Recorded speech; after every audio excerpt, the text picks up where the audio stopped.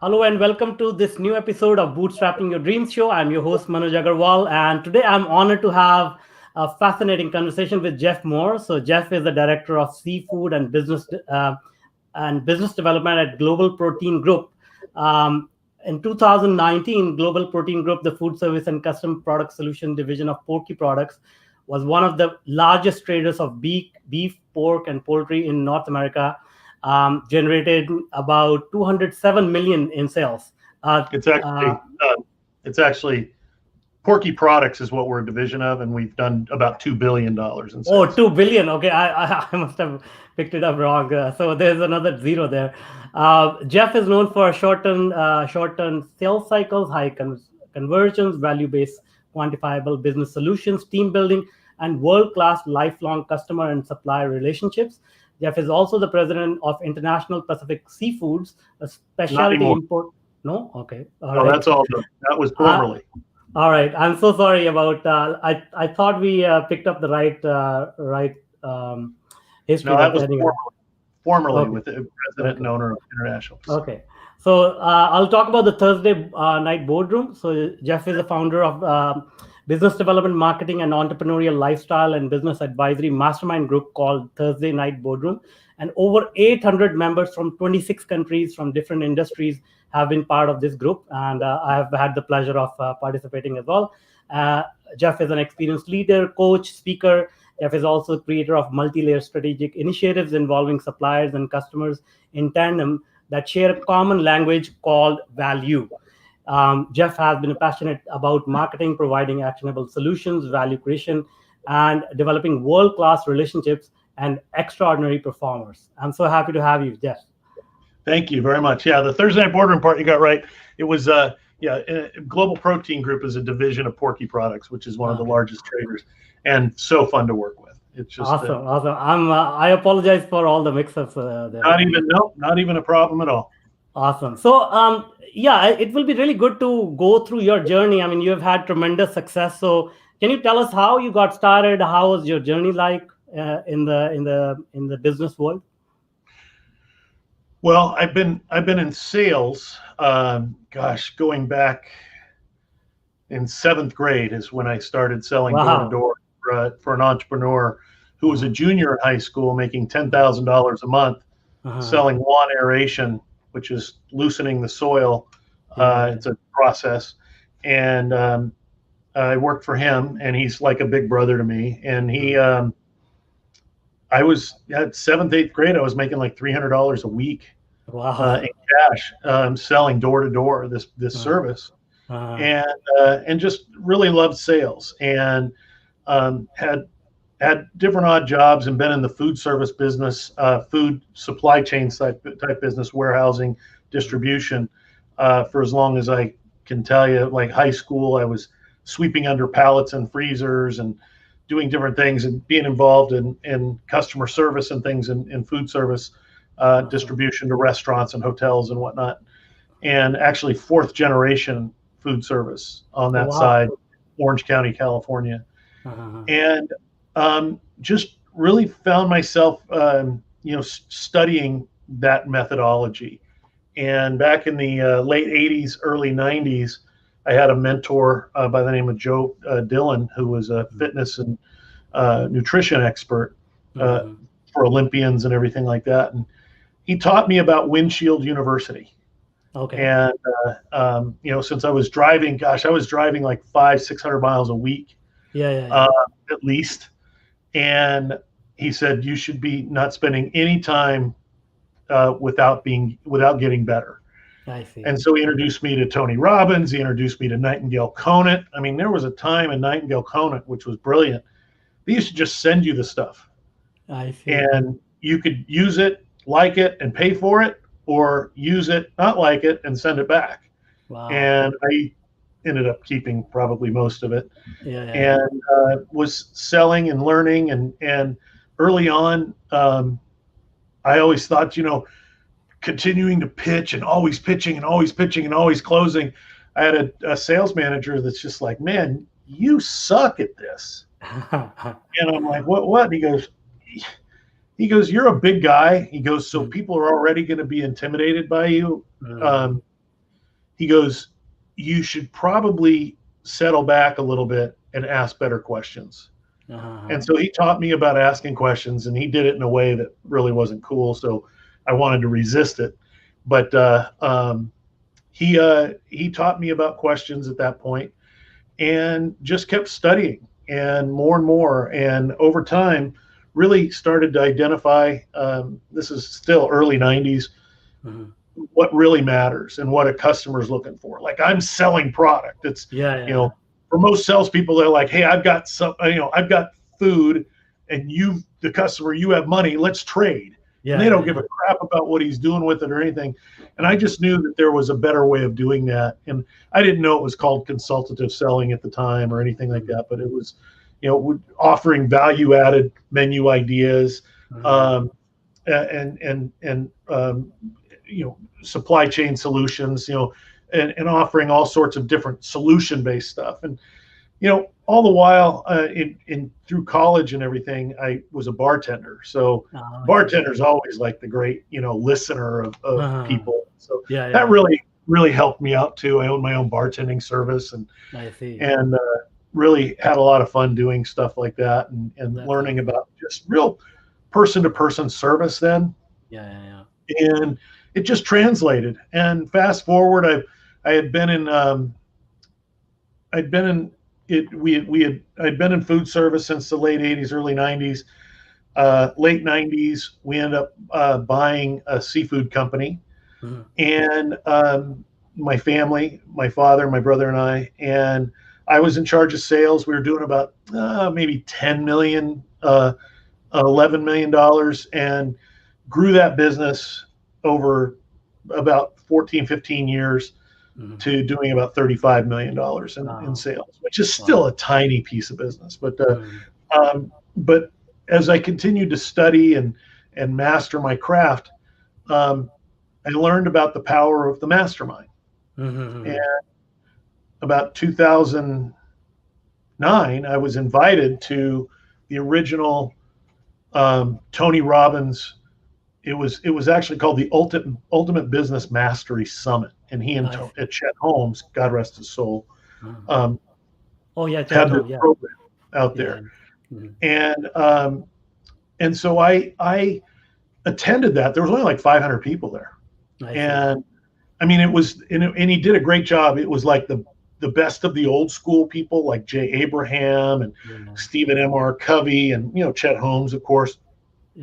And the new guys like Gary Vaynerchuk and Brendan Burchard and Evan Pagan, and these guys that were, doing very well, and just really learned a lot. And at that point in 2009, I got the home study course, and I invited some people to do it with me. And that was the very beginning of what we call now Thursday Night Boardroom. There was a couple guys, and then it kind of dissipated because we were doing it on a Friday afternoon. And then and there's lots of stuff going on during the week. And about 6 months later, I said, Thursday nights, we're really not doing much on Thursday nights. I'm going to get better. And so I invited some people. I said, look, Thursday nights, I'm going to start studying more business strategy. And, come, don't come, I don't care. I'm going to get better. And 4 people came to the first Thursday Night Boardroom, and we watched Gary Vaynerchuk's keynote at the Ultimate Business Mastery Summit, and just completely changed their life like it changed my life the first and second and fifth time I've seen it, and all times in between. And, I just literally found the power of collaboration, the power of solution focused, and really the amazing power of questions, and to be able to contextualize questions on why you're asking them, and then have the customer or whoever you're talking to eagerly want to answer those questions, because they know that those questions are going to help them look at their business differently and benefit.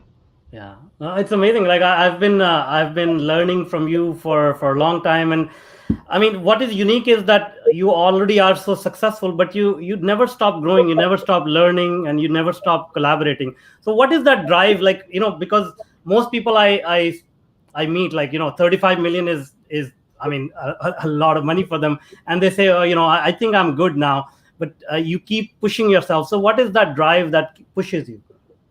Well, first of all, 35 million is revenue.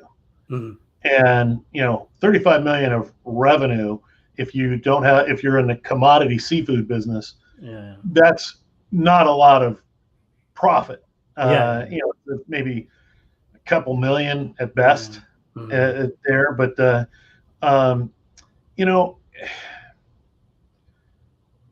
everybody's going to say, love what you do, have a passion for what you do. I'm good at what I do. I have confidence in that. But the acknowledgement is the thing. I think the thing that they don't really talk about a lot. And when I say they, the guys that are answering these questions way more regularly than I am. They're like, oh, you got to love what you do and be passionate. And the acknowledgement that there's always another level. And the pursuit of the other level, but not in a position of need, but a position of want. We see around here a lot. I mean, the guy I work for now is a friend of mine for the last 30 years. Best leader I've ever worked for, and probably one of the top 5 leaders I've ever heard of. From just his ability, his awareness, and his way to really identify with where every one of his employees are and be that go-to person for them as well, and making them feel number one at all times. And we have a conversation every once in a while for when we're struggling with a piece of business that maybe the customer or the prospect is being less than genuine. He's like, we don't need their business. And at the first time he said it, I thought it was kind of arrogant to say that we don't need their business. But I kind of, when he said it, a couple of times, I said, that doesn't sound right to me. He goes, no. Now don't get me wrong. We want their business, and we're going to prove it to them every day. But if we find ourselves spending more time, chasing things that are not there, then we're taking time away from the customers that want to do business with us. That's true. And so it's a really great way of looking at things.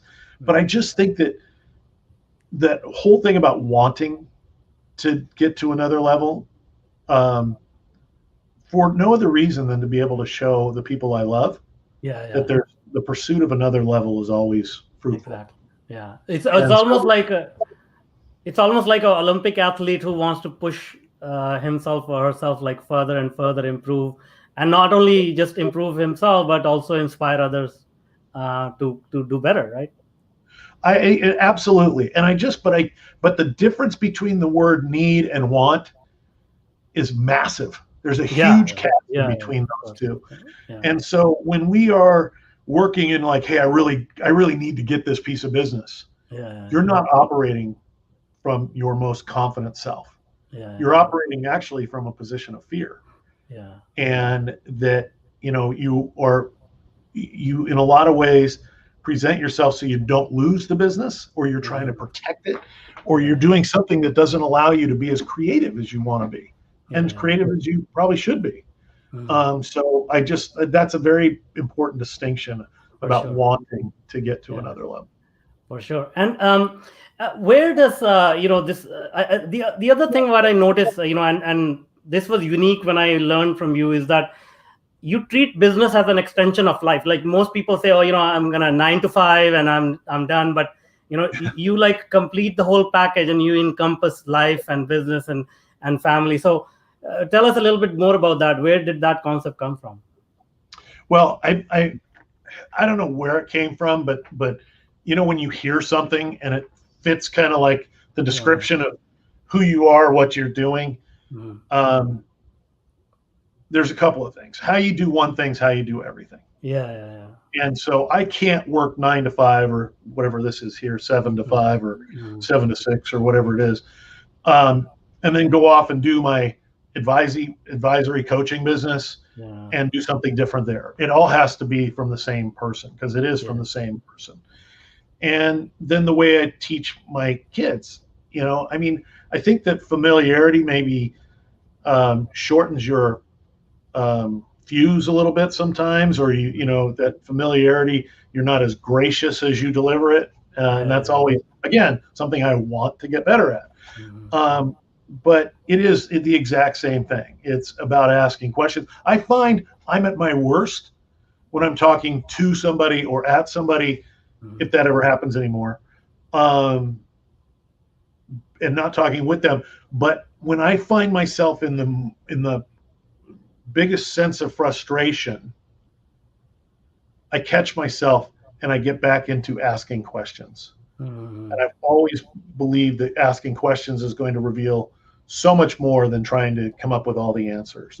I also have a saying, and this is really the saying that was born of Thursday Night Boardroom, and that is learn to teach to know and share, and do with passion. And so, that's the lesson that I learned early on is when you learn something, turn around and teach it. Yeah, that's amazing. And instead of me thinking about who am I going to turn around and teach this to after it's over, I actually learn as if it's an obligation to the person I'm going to be teaching this to or sharing this with. And so I'm like, oh, I can't wait to share this part with him, or oh, I can't wait to share with this. Manuj is going to love this, And so I'm listening more intently. I'm learning a lot more. And then when I turn around and teach it, and you would say, oh, well, what about this? Or what about, hey, good question. I don't know, but gives us an opportunity to go deeper and learn it better. But as we continue to share it and do and act with it, because we really never know it until we act with it, is something super important. And, questions and answers for me, Manuj, has been, even today, when I've got, processes about questions and my 5 questions on the back of my card and how that's helped generate, $40 million in savings for my customers and food costs, annual food costs. If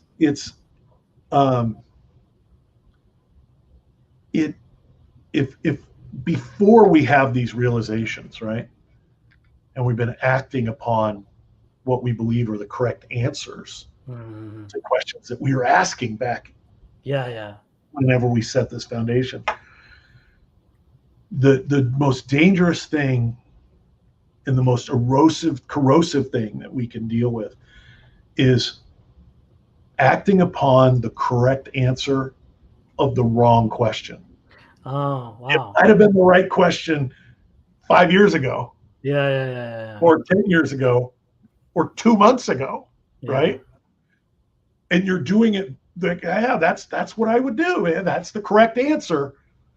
But it's not necessarily the wrong question. It's just not the right question. That's meaning, is there a different question that's going to help you? And I just learned that September 20th, 2020. So, literally 2 months ago, I'm sitting in a meeting and we're talking about logistics, and my boss asked this one question, and it literally changed the way I looked at everything and it pertained to this logistics question. And then just to make it more painful, I actually went and calculated what the correct answer to the wrong question, or the incorrect question, or not the right question. Over the last 19 years was $1.1 million in profit. Wow. In profit. Wow. So it was pretty painful to see, because then I did the stupid thing and extrapolated in what it was in equivalent sales equivalent, and I just wanted to hit myself in the face. But I'm constantly looking and asking questions. When people go, oh, this is the way we've always done it, or oh, that's just, why do you do that? Because that's the way we've always done it. I always know that there's an opportunity to ask questions that may change the perspective and the trajectory of somebody's benefit, profit, whatever that benefit may be. That's awesome. And then, it's very interesting how you, as I said, you treat business as an extension of life. So your approach is like very human relationship focused, and if I can use the word deceptively simple, like, you print the question on the back of the card, like it's it's like it happens automatically. Like whatever you're trying to do sort of happens automatically, where, as you said, most people spend a lot of energy hustling and doing those things. So that simplicity is just amazing. Now let's talk about the Thursday night boardroom. Like you mentioned how you started it, and I've been a part of it, and it's fascinating how people come together and you ask them one question, which is, what is your selfish ask? So how did that transform? Like, I mean, obviously you started watching these videos, but tell us the journey, because I've heard some amazing stories about people who have been there and collaborations that happen and everything. Well, that the selfish ask is just kind of getting people to a point. I will tell you this, that we're going to have a special session at the beginning of December, the first Thursday in December, and there's going to be a whole new set of questions. Okay. And the one of the main questions is going to be, what is the greatest result you have helped your client, a client ever achieve? Okay. What was that? What did you got for a client, basically? I see. Right? And from that, we're going to be able to work backward and help you serve better to everybody, because we're going to identify those key points. But there's been a lot of questions that go in when people come into the boardroom. Now we have a compelling introduction that we have people put together. I think it's very difficult for some people. So I think it makes some of that a little bit easier as well. Even though I love that challenge, and with our private client group, we put people through that all the time. But we started with questions like the very basic questions, like you were just talking about, was, who are you? What do you do? Who is your customer? And why I say customer in singular is because that's who it is. It's singular. And I would have people for years, and we've been doing this for 10 years now, go, well, it's anyone who, and I was like, uh-oh, kind of like a Rain Man, uh-oh type thing. And they go, what? And I go, the closest thing to anyone is no one. I want to know who your customer is.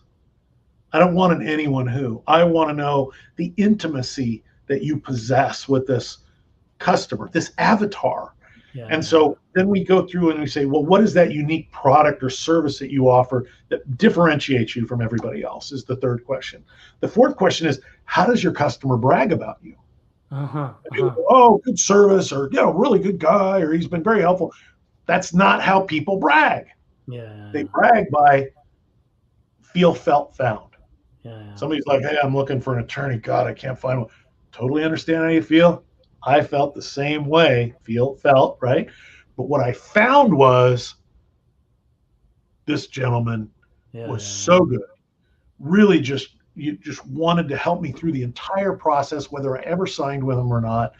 And he was just really had me looking at things a different way, and helped me confidently proceed, because there was so much anxiety. That's how somebody brags about you, right? And then the last one, because when people brag about you, it's not about them looking smart. It's about them having an opportunity to help somebody. It's an altruistic thing, right? Of course. So, and then the last question is, what do you do that makes you the best in the world in the eyes of your customer or client, right? And people go, oh, back to the great service. I mean, you really spent a lot of time with them, whatever. That isn't it. It's, and we give them the answer in Thursday Night Boardroom about what it is and how it's connected. And a lot of it is steeped in the fact that when we can articulate the needs, desires, challenges, fears, and aspirations of this person, this customer, this prospect, our spouse, our children, our friend, whoever it is, the other person, when we can articulate the needs, desires, challenges, fears, and aspirations of this person, not better than they can to you, but better than they can to themselves. You pass the tipping point of being their trusted advisor. And all you have to do is continue to recognize those attributes, and you'll be their trusted advisor for life. Because as humans, you, me, anybody listening, anybody driving by right now, flying above, whatever, we all suffer from the same frustration. We all share the same frustration. That we don't feel understood. And the second we can start to articulate somebody and share their story better than they can to themselves, they're like, whoa, like this person gets me. And not only do they get me, I get to go on an adventure every time this person comes in the room because they're going to tell me a story about my favorite subject, me, and where I'm going. And he's celebrating me all the time. And, you know, it's, you can't fake that. It's just what it is.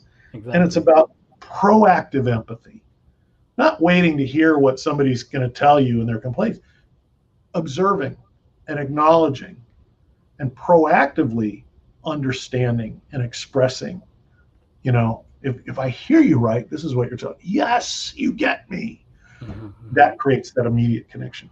That's great. That's great. I mean, yeah, it's amazing how you structure it, and then as you put it, like, you know, how people brag about you, which creates this snowball effect of your business. Like you basically don't have to market it as aggressively because you have like other people marketing you, right? Yeah, I aggressive marketing to me is off-putting.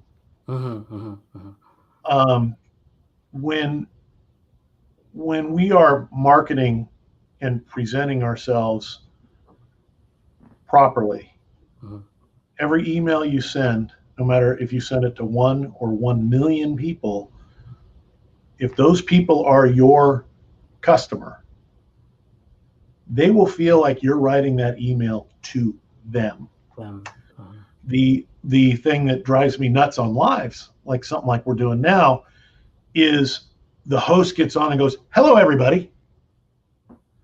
How many people do you think are looking at that same computer? How many people are looking at that phone? How many people? Who's everybody?" You could be talking to 100,000 people, and you're doing it one at a time. And so it's just about really that type of connection. So marketing, aggressive marketing, man, that's about trying to convince somebody. And Dean Jackson has talked to me about this a bunch of times. Are you convincing? Or is this a compelling story that makes people say, I want that. I want to do business with you. Without ever asking. Without ever asking. And I want to mention one thing here. You know, this Thursday Night Boardroom can be life-changing, but it's absolutely free. You don't charge for it, and anybody can join. So, I mean, there is some story behind that as well. So, can you share that with us? Yeah, I've had several people that you would see, you know, online, authors, leaders say, we want to take Thursday Night Boardroom and we want to treat it and create something like AA, Alcoholics Anonymous, for entrepreneurs. Okay. No, because they don't feel understood. They don't feel like they can talk to anybody. They certainly can't talk to anybody in their family. They're having a hard time sharing with anybody. This is a place where you can go where you feel understood. And they were like, "Oh, we can charge for it. We can do this." And it just felt so disjointed for me. And I will tell you that I have personally benefited several hundred thousands of dollars over 10 years because of the byproduct of people wanting to help me and reciprocate. Never the intention. But Thursday Night Boardroom is free. It is no charge, but there's a cost. And that is that you come into Thursday Night Boardroom, and this is probably why it's free. You come into Thursday Night Boardroom, you're going to share. And if I feel like you're playing guarded, one, it's my job to make you feel safe in there. Because when we're safe with our vulnerability, that's the real foundation of a great relationship. So it's my job to make you feel safe. But but at the same time, as we're going through our questions and the hot seat is, the selfish ask is really a way of putting somebody on the hot seat, right? We're not tricking them, but they put them on the hot seat. And so when you're on the hot seat, if there's a question to be asked, I'm going to ask it. And there's people there's longtime people in Thursday Night Boardroom. Stephen Dale, it comes to mind in particular, who's been around for a while, since 2012, and he will ask the question that he'll ask him from a different perspective. And there's people in there that will ask those questions. We had a person, a guest one time. This is a long time ago, and I feel a little bad about the way this was handled on my end. But it is what it is. He comes up and he says, in order to be, and I'm not going to give him up who he is, but you've got to be diligent is his first piece of advice. So first step, you've got to be diligent. And everybody's like kind of nodding their head, and I'm going, raise my hand, and the guy goes, like, this is the very beginning. Why you raise your hand? I said, what does that mean? What does what mean? Does to be diligent? You don't know what diligent means? I go, I think I know what it means, but I want to be able to see what it means in your definition. So answer these questions, or finish this sentence for me. Yeah. I know I'm being diligent when ... and give us some bullet points. And he wouldn't do it. And he lost the room. And of course, I'm sure he blames me for it. But that's the thing. I mean, you can't just come in and half-ass this thing. Yeah. We're gonna there's people have different styles, but this is Thursday Night Boardroom. I'm not charging you. And if you're a guest, I'm giving you access to a bunch of people. Exactly. And so we're gonna get real. And so there is a cost. And I'm not, I don't keep it a secret. People know that you're going to come in, you are going to participate. And we just don't want to hear the lovey flowery stuff either. We want to hear how you've just gotten your ass kicked and dusted off and picking back up, because we can all learn from that. We can all be inspired by that. We can all benefit from your learning process. And that's really what it's all about. Yeah, that's amazing. Yeah, it was I'll repeat, it was an amazing experience. And the question that stands out, I repeat again, like, what is your selfish ask? Nobody has asked something like that in my entire lifetime. So it almost sounded like, okay, what is your wish? I'm going to grant you that wish. And it was like so impactful. And so, as you said, like, just learning from other people and what they're going through, how they have built their empires and all that. It's just amazing. And now let me come to the next part where, messaging is one of your strong suit as well. And I know I have struggled with messaging for such a long time. And you have this framework value. So can we talk about that a little bit? Like, first of all, how important is messaging? And then we can jump into value. Well, the first and foremost, the connection that someone, feels that you understand them and get them and they're comfortable with you. Because if that's not established, all the messaging in the world won't matter. If this person doesn't want to like you, they're not going to like you. Even if you told them you got 5 gold bars for them at the end of this presentation. I see. They're not going to, that's not going to do anything. But the messaging is basically in a saying that I use. When I can see it, I can share it. I see. And from a marketing standpoint, when somebody is sharing what you're doing, and you're having, exponential viral distribution of your message, of what you do, that's a big deal. And so I just had it today. Somebody sent me a price list from something that I'm moving off, some inventory I'm moving off. I've never heard of this guy. And I was explaining to somebody else what this product is and the attributes of this product.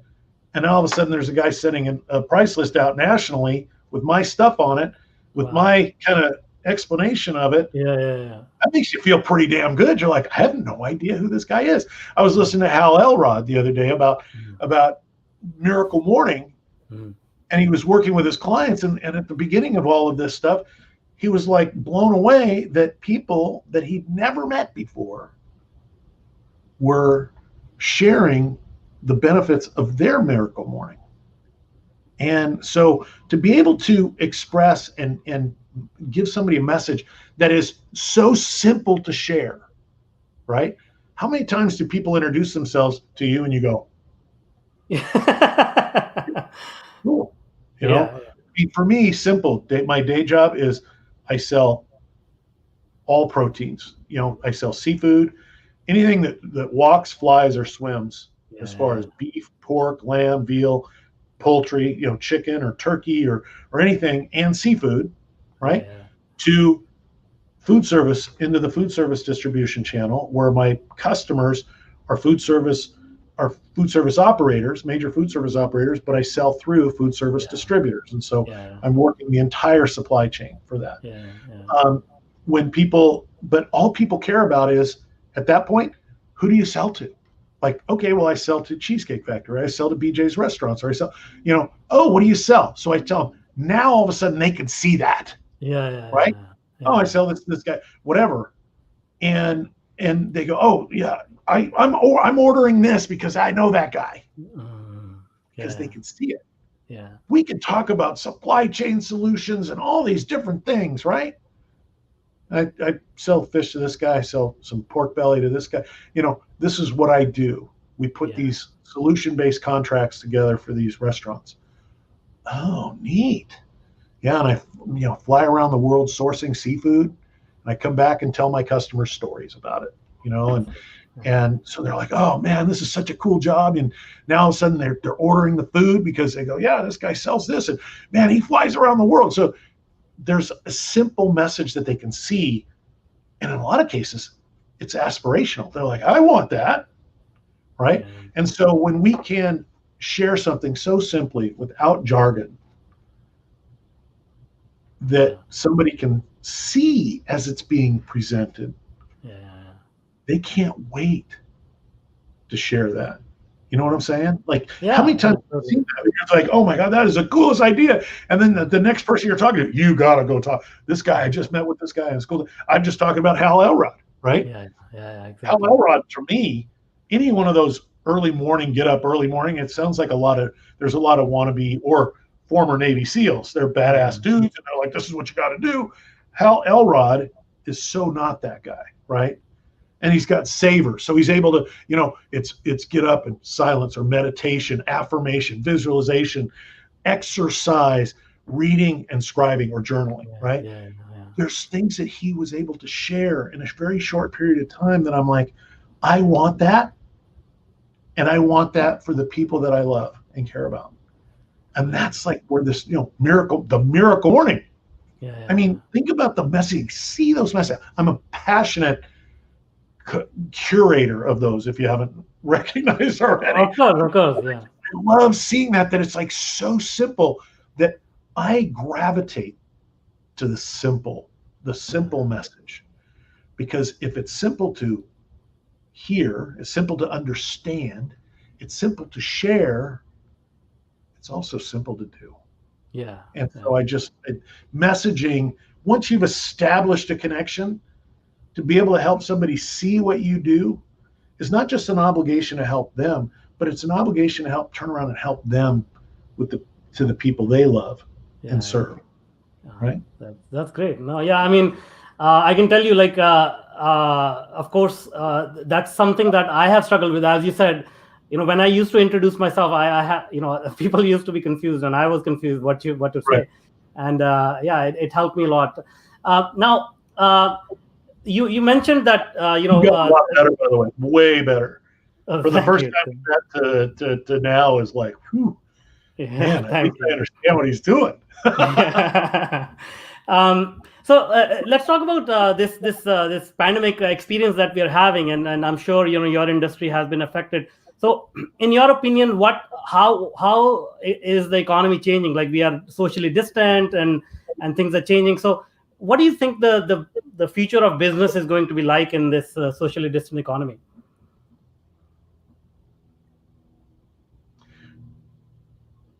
It's to me, I don't believe it's a game changer. I believe it's an accelerant.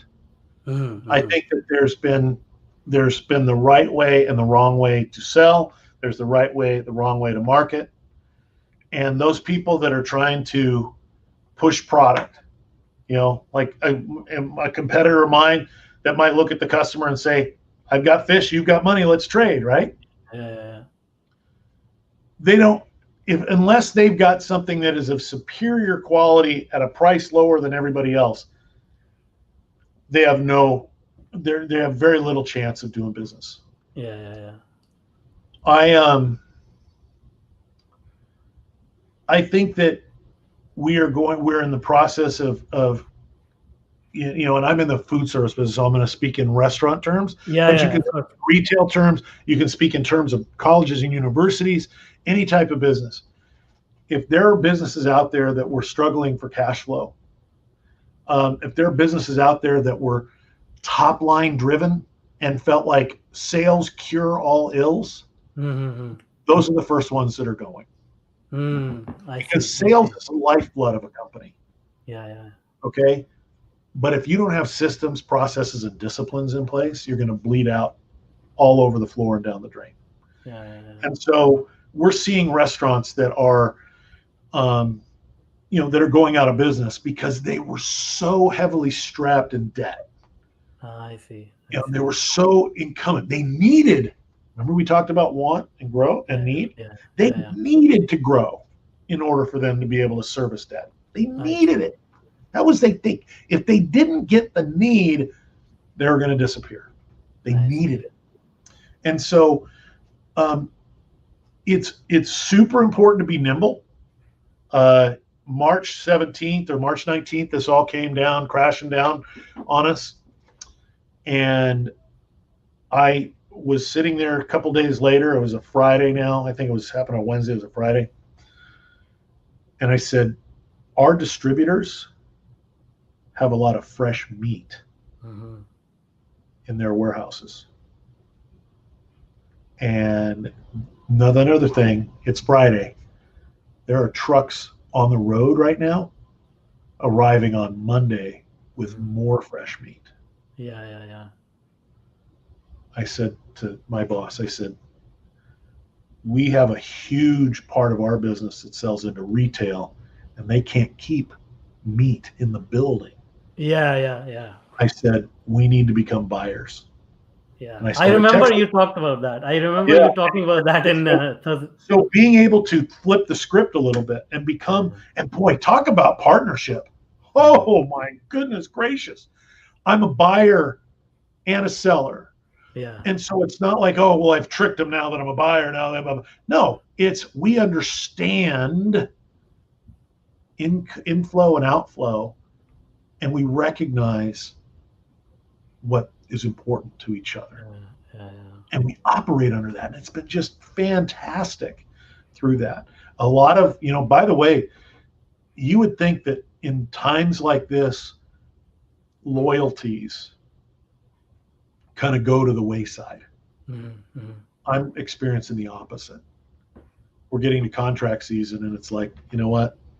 Thank you. Let's just keep going. Awesome. Tell me where I am market-wise and what we can do, and can you save me any money, whatever, but let's just keep going together. Yeah. And so I'm seeing that being different. I can tell you that from a personal standpoint,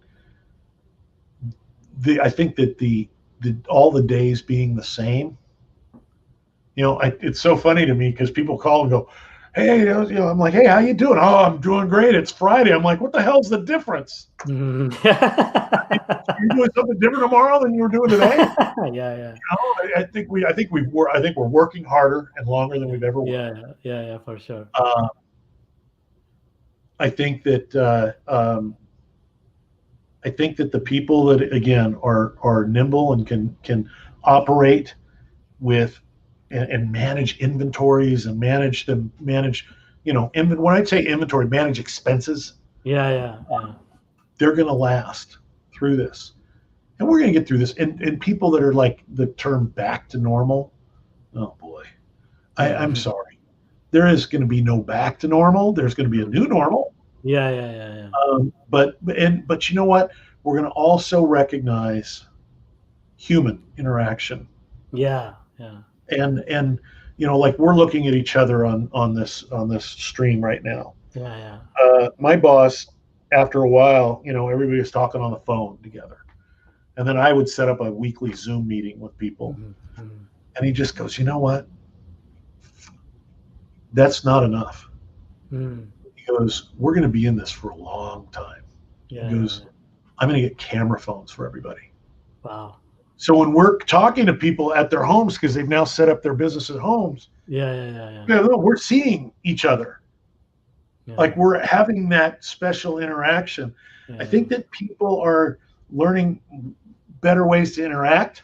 yeah, I think that we're seeing people that are wanting to deny what's going on. Um, but the reality is that this is just started to impact people. Um, I'm not going to get political. I think that we probably have, I don't think any president that takes office in this day and age is going to have the luxury of, you know, getting himself used to the office. yeah, yeah, yeah, yeah, yeah. Getting himself used to, like, hey, whatever you want to say, whoever's going to be there Yeah, is yeah, familiar with the surroundings, yeah, yeah, yeah. right?